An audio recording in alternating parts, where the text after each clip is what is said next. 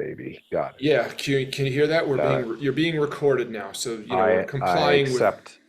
I You know, accept this the recording. law in New York actually is that it's a single consent. Only one person has to consent, but you're not in It's the New York. same You're thing in in Virginia. Virginia. Okay, The same thing. but anyway, we're both being recorded. This is the Get You Some Productions podcast, episode 92. We are a podcast covering all things related to music production, from the first note to the last fan, everything in between. My name is Keith. My name is Daniel. Before we start, I forgot how to do the intro. Before we start, right, many episodes, we do a lot of interviews now, which is fun, but today's a business meeting, and I called on Dan to help me with something. This is going to be a repeat episode. So this particular episode is just a business meeting. And I called on Dan to help me with something that I don't even know if I told you in advance what I needed help with. But before we start, if you want to support the podcast, please click the link in the description. It's probably going to be the first link. It's a Reverb affiliation. Reverb is a online marketplace for music gear. So you go shop through our link. You pay your normal price, but we get paid a small commission.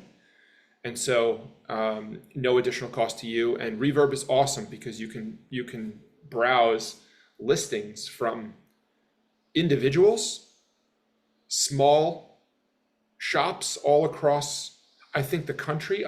There might be, there's international too, actually, now that I think about it. And Big Box also has listings there. So you can basically shop for whatever you want. You can filter your results across so many different shops, and you can find a lot of cool gear, and you can find a lot of sort of one-off and interesting stuff there. Reverb.com, but click our link because that's the one where we get paid. Okay, so Dan, I needed your help. So this is a repeat. Okay. We did this podcast. This is the one that I fucked up and we lost the data, but I don't want to let this die. Okay. Grants. You're talking about grants. I'm talking about writing a grant. And so what I thought we could do is just talk about it again to get the ideas out there. But this time I won't lose the recording. And I'll use this particular episode to mess with the Captivate AI, because we pay for a third-party AI. I think it's called Otter. I'm looking on my phone. It's called Otter. Yeah, it's called Otter. And it generates all the show notes and it generates a transcript. Great. But if Captivate's AI is good, we won't need to pay for that anymore. And we already paid for Captivate. Okay. So it's pretty sick. Yeah. Okay. So I'm really looking forward to trying it out. And so we can try it out on a podcast where it's just me and you versus a podcast where there's an actual guest. So I wanted to talk about the grant that we had the idea for, and actually already perused Fiverr because I thought we might just hire somebody to write the grant for us after I do like a dump and we get all of our ideas out. So what I'm asking you to help me with today is do you mind just like talking me through my idea for this particular grant? Okay. Yeah, no problem. Yeah. So the original idea was that I had this. Oh yeah. So I'll tell you the story because you know the story, right? We were working with John Esposito, and we were doing the jazz torture chamber, and the whole thing with jazz and playing through all 12 keys is a thing, but John took it to the next level because he studied with Arthur Rhames. And so this is sort of related to that, in that I thought, what if instead of, you study jazz and they say, oh, practice the song through all 12 keys. Well, I thought, what if you have a song that goes through all 12 keys, right? And what if you had a whole series of compositions that go through all 12 keys? And so, and now that may sound insane to most people, but if you think about the lineage of jazz, there's the blues, there was ragtime, there was that like, I forget what it's called, but there was that like pa sort of like Western classical popish sort of music, and that's like the whole early jazz, like the early 1900s New Orleans thing, where the blues, the Creole, virtuoso classical musicians, and then they had this kind of like, I can't remember what it's called, but like this kind of like pa sort of music that became like the melting pot that created jazz initially. And then jazz goes through all these different iterations. And make a long story short, eventually you get to giant steps. And Coltrane had this idea for giant steps where it goes, he had that, there's a famous chart, right? It's like a Yeah, I've circle, seen that. and there's like triangles, and he found these three keys where they're like they're the most far apart keys that you can have, the three of them, where like all the notes are covered, basically. Yes. I'm really simplifying. But for me, that justified my idea where you have an actual song, and maybe in many songs that go through all 12 keys. And the truth is that I've actually composed a bunch already. They're kind of modal, except for one of them, which is based upon giant steps, but it does go through all 12 keys. It is essentially like a post bebop song. Okay. And so my justification for writing the song, even though it's an insane song, was the Coltrane model, and maybe that it's a natural evolution for that. Okay. But then also the fact that John Esposito studied with Arthur Rhames, and Arthur Rhames had this method of practicing, but he would also do this on gigs where they would just play songs through 12 keys. And you remember that, where he would just call out keys, or they would play a song like giant steps, or they would play a song like, rhythm changes, but then the bridge section would be giant steps, and that would transpose through keys, So it's insane, but there's a model for it. And that was my model.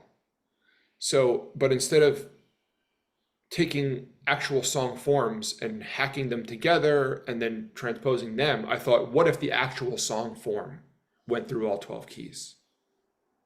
Okay. And so that's where I'm at, I think. Right. Okay.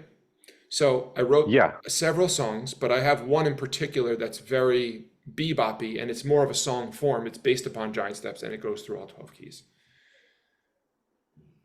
The idea for the grant is that it's a natural lineage of jazz in a way, because it borrows from these other traditions, but there's the jumping off point is the giant steps. It jumps one step above giant steps in a way. It's like, or that, I want to say above, but there's a jumping off point there. So it's like, there's the lineage.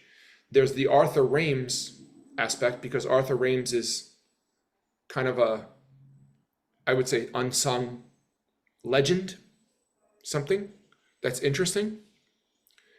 It's highly theoretical. So there's a potential academic nuance and aspect to it, which I think is attractive to grantors.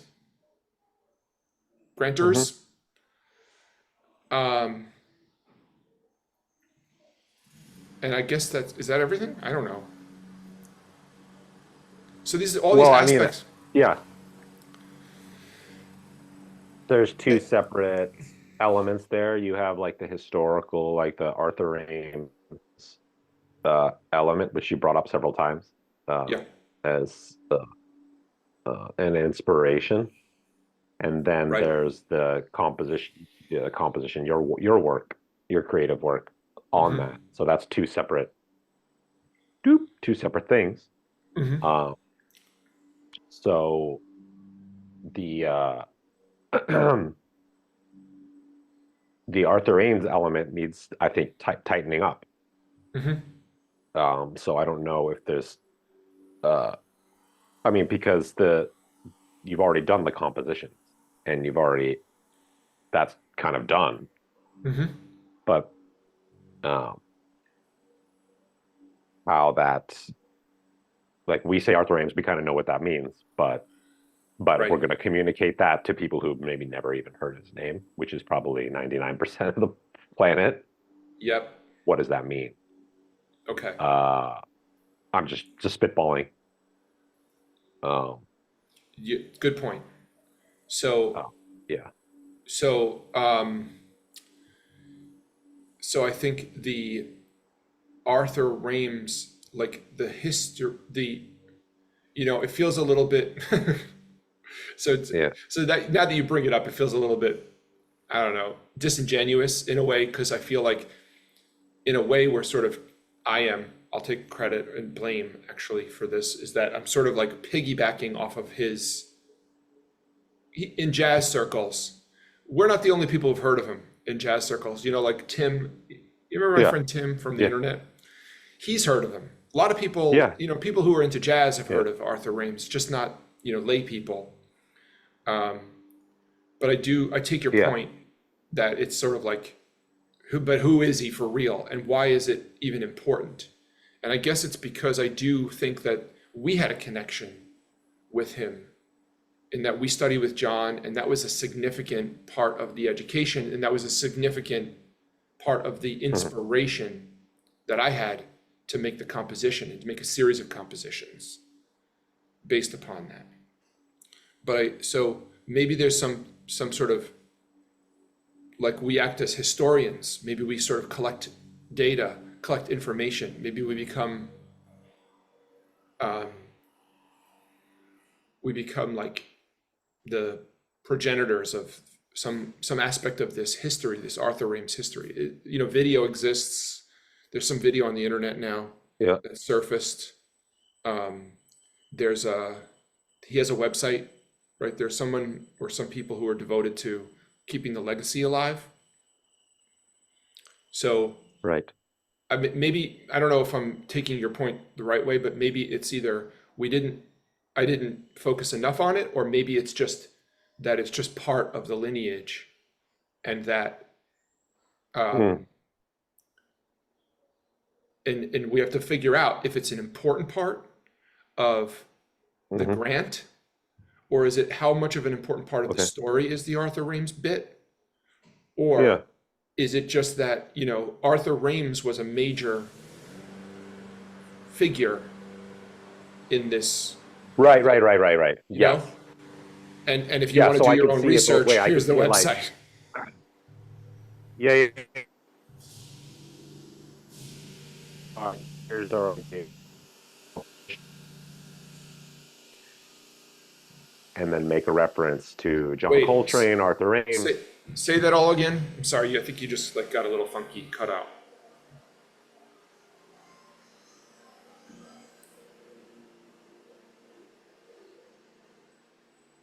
Oh yeah, it says I have an unstable connection. Can you hear me now? Yeah. Uh, yeah, just saying maybe Arthur Ames is just something referenced.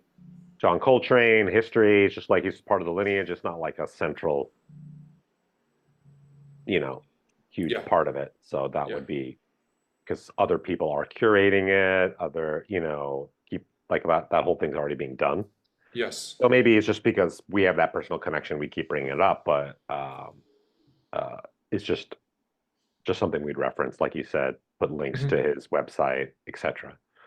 Um, Yeah. so Well, yeah, look, so yeah, I think it's a sort of a good point that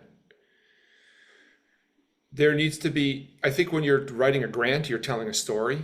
yeah, So I think, like, telling the story of the lineage of jazz, hmm, telling the story, at least having a nice couple of sentences in there, in the fact that Arthur Rames is a interesting character yeah, and figure in the whole thing, and our connection to him yeah, was important, but we don't need to belabor it,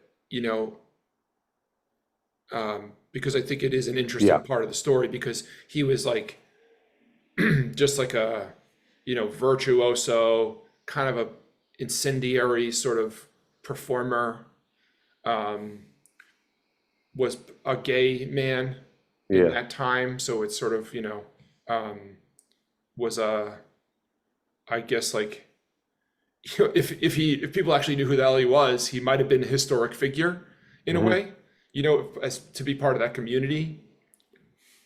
I believe he died of AIDS. Do you know? Yeah. I think Or, so. yeah. So also, something a little bit, I don't know, I guess like part of the story, not important to what we're doing, but like just, part of his important parts of his story. But also the fact that he was a multi-instrumentalist and a virtuoso and blah, blah, blah, and unsung. But Yeah. then saying any more than that is probably not necessary, right?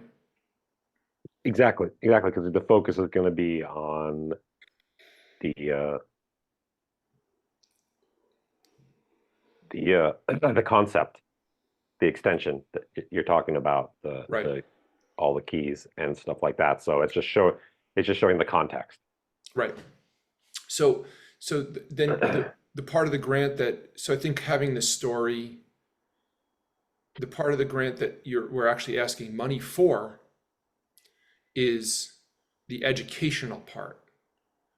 Hmm. And that's where I think it needs to be fleshed out a bit more.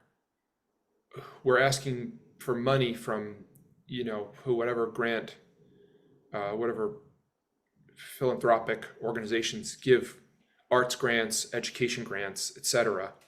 to I mean, so this is where I'm sort of, this is my idea, Hmm. is to hire other musicians to flesh out this composition, to learn to play over it, to write etudes, to interpret the composition, to crystallize this thing that's kind of no more than an idea, but also Hmm. to bring it to an educational setting, probably higher end jazz high school situations, or maybe even a college setting, to have student performances of this particular composition, or maybe multiple compositions, or maybe that's a future, or maybe each Yeah. composition is his own grant, and then to have a couple of different interpretations of it. Uh, I don't know. So that was, I guess, the idea. Hmm. Yeah. No, that's actually that's a solid idea. I like the idea of and I'm starting to understand the see like you have Giant Steps as this iconic song that people use to challenge themselves in that way, Mhm. to create more compositions that get to the heart of that and and challenge the performer and Yeah, or composer. Um, so yeah, yeah. I mean I think you have the solid kernel there. I'm just wondering like I mean Giant Steps is such a great example because you do have uh, Tommy Flanagan, is that right? His solo next to Coltrane solo, and like the example of like knowing how to do it or not knowing how to do it uh, um, is it's illustrative. But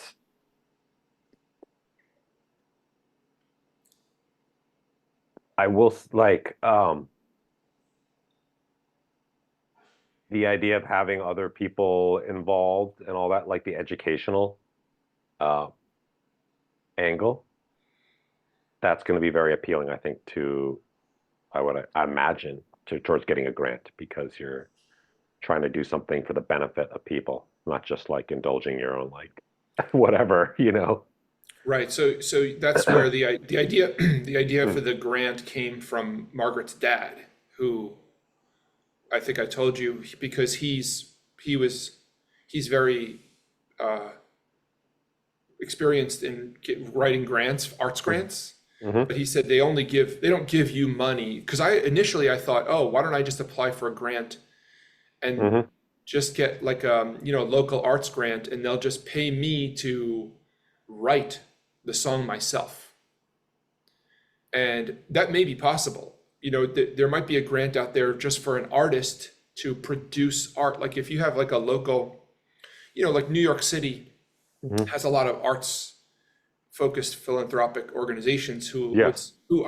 my guess is, and I just don't even know, but my guess is they would say, oh, yeah, that sounds interesting. We'll give you money so you can become like a crazy New York artist and just explore this one stupid idea you have. Like, because we're interested in being, patrons of the arts in New York.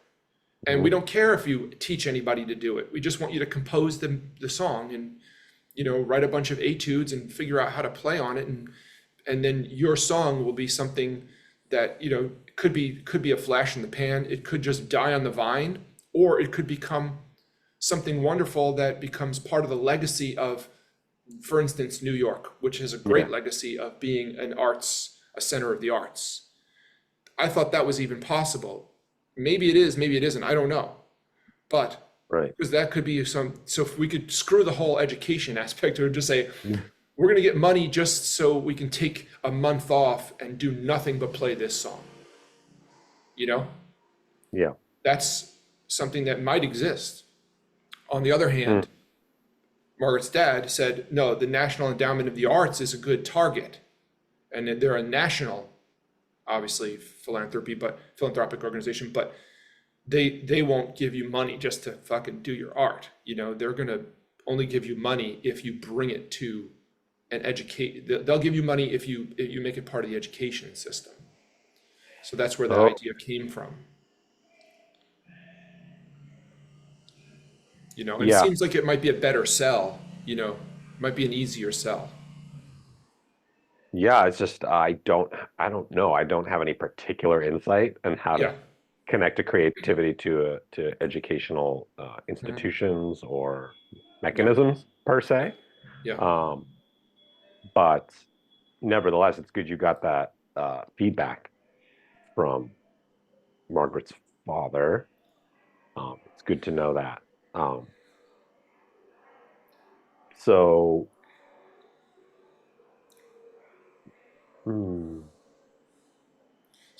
So I think I have an idea now, because this is super helpful to talk it through. Okay. And last time we did this, we actually had a plan to move forward, and I fucked up by not saving the thing before the stupid Spotify podcasting platform changed their rules, and I lost the recording. Oh yeah. So we're sort of starting from scratch. But one idea was to reach out to John Esposito. Mm-hmm. I think that's a good idea, just to sort of touch base, say, hey, how you doing? Yeah. I had this idea. We'd love to talk to you about it. We'd love to interview you on the podcast, just because you've been a real important figure for us in general. Yeah. But we'd also like feedback on this idea. Yeah. We also would love to know if you have any experience with the grant writing process or getting grants. And that's John. I think that doing research into the Arthur Rhames thing, maybe getting some people on the podcast who have personal stories about Arthur Rhames, finding other resources, fleshing out that side of things, hiring a grant writer or a grant researcher. There are some on Fiverr. I saw one for like $100, $130. I think she does like the whole thing, shebang for you. She writes the grant. I think the grant has to be a really cool story. The legacy, the lineage of jazz, the historic component, something like a really cool story. Mm-hmm. And then delivering, and then having this legacy live on somehow, but also having the spirit of jazz, actually, I made this up. I feel like I probably have told you this before, but for me, I always wanted to, no one wants to define jazz, and if you ask a jazz musician what jazz is, and they'll say, I don't play jazz, I play music. Yeah. But for me, I labored on it a little bit, and I thought, okay, jazz, like how do you even define jazz? And I think that, and if you ask Wynton Marsalis, he says it's got to be swing, it's got to swing, and like, what does that even fucking mean? But I thought jazz has three eyes. Improvisation is necessary in jazz. Individuality, so your own voice, is necessary in jazz, and innovation, right? Because jazz has never really stood still, right? So it just it came back to me. So I thought maybe layering that in, because jazz doesn't sit still, right? There's always has to be some sort of jumping off point. And in like basically 1959, jazz had grown sort of as far as it had gone. Like we had bebop, you had modal jazz, and you had free jazz, ornette. And like, to me, maybe Coltrane is a third part of it, maybe he's part of bebop, but jazz didn't really, I don't know if it really innovated past that, those three little. So for me, technically what I'm trying to do is sort of still a jumping off point on one of these little threads, but I feel like it's still a legitimate, even though it's derivative, it's a legitimate iteration or a legitimate innovation, So I feel like there's something about the soul of jazz that has to be innovative,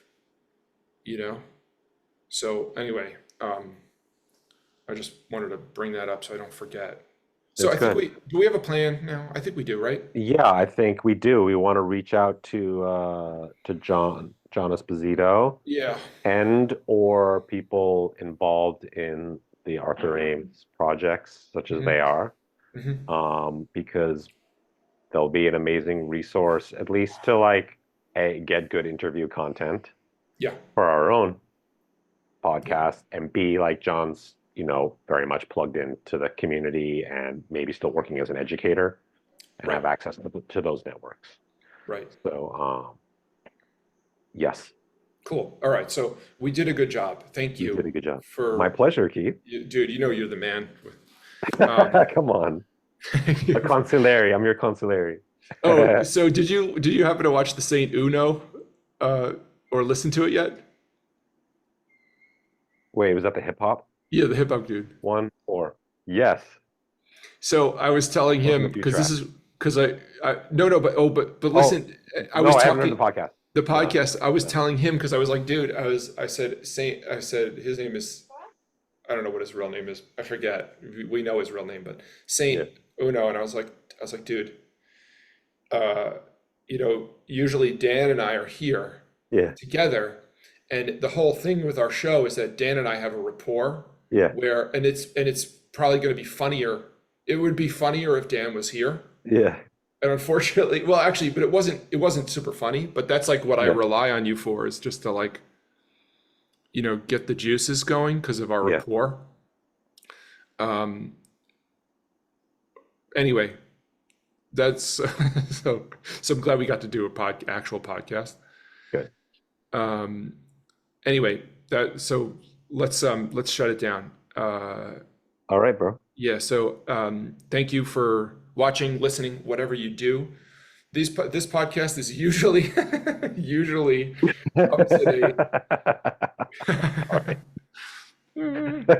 comes in a video and audio format, so you can check it out on YouTube or on your favorite podcasting app. Please like and subscribe, all that crap. Leave a rating and review, and don't forget to play some music, because that's what we are trying to encourage people to do.